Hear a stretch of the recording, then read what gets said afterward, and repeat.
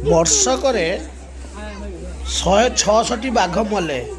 ଭାରତରେ ବିଶ୍ୱର ସବୁଠୁ ଅଧିକ ବାଘ ରହିଛନ୍ତି। ଭାରତର ବିଶାଳ ବାଘ ସଂଖ୍ୟାକୁ 2025ରେ 166ଟି ମୃତ୍ୟୁ ହୋଇଛନ୍ତି। ଗତ ବର୍ଷ ତୁଳନାରେ ଏହା 40ଟି ଅଧିକ। ଚ୍ୟାନେଲକୁ ସବସ୍କ୍ରାଇବ୍ କରିବେ, ଲାଇକ୍ କରିବେ, କମେଣ୍ଟ କରିବେ। ନୂଆ ଆସିଥିଲେ ବେଲ୍ ଆଇକନ୍ଟିକୁ ବଜାଇ ଦେବେ। ଗତ ବର୍ଷ ତୁଳନାରେ 40ଟି ବାଘ ଅଧିକ ମରିଛନ୍ତି।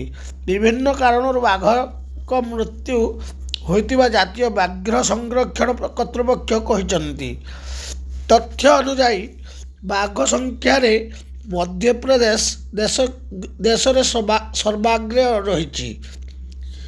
ଗତ ବର୍ଷ ଏଠାରେ ସର୍ବାଧିକ 55ଟି ବାଘ ମୃତ୍ୟୁ ହୋଇଥିଲା।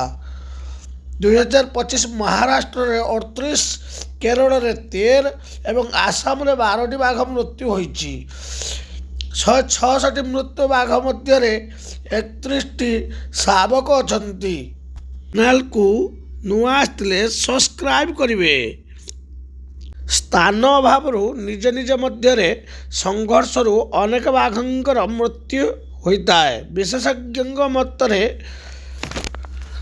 2024ରେ ଭାରତ 126ଟି ବାଘଙ୍କର ମୃତ୍ୟୁ ହୋଇଥିଲା। ଗତ ବର୍ଷ ସର୍ବପ୍ରଥମେ ଜାନୁଆରୀ 2ରେ ମହାରାଷ୍ଟ୍ରର ବ୍ରହ୍ମପୁରୀ ବନାଖଣ୍ଡରେ ଏକ ବୟସ୍କ ବାଘର ମୃତ୍ୟୁ ହୋଇଥିଲା। ଏହାର 3 ଦିନ ପରେ ମଧ୍ୟପ୍ରଦେଶରେ ଏକ ବ୍ୟାଘ୍ର ସଂରକ୍ଷଣ ଅଞ୍ଚଳରେ ଗୋଟିଏ ବାଘର ମୃତ୍ୟୁ ହୋଇଥିଲା।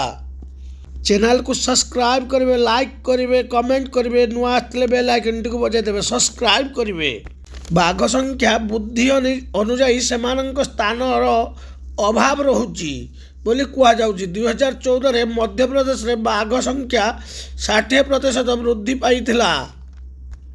2023 ଆନ୍ତର୍ଜାତିକ ବ୍ୟାଘ୍ର ଦିବସ ଅବସରରେ ପ୍ରକାଶିତ ତଥ୍ୟ ଅନୁଯାୟୀ ଭାରତରେ ବାଘ ସଂଖ୍ୟା 2018ରେ 2967 ଥିବା ବେଳେ 2022ରେ ଏହା 3682କୁ ବୃଦ୍ଧି ପାଇଥିଲା। ମଧ୍ୟପ୍ରଦେଶରେ 2014ରେ 308ଟି ବାଘ ଥିବା ବେଳେ 2018ରେ 526 ଓ 2022ରେ ଏହି ସଂଖ୍ୟା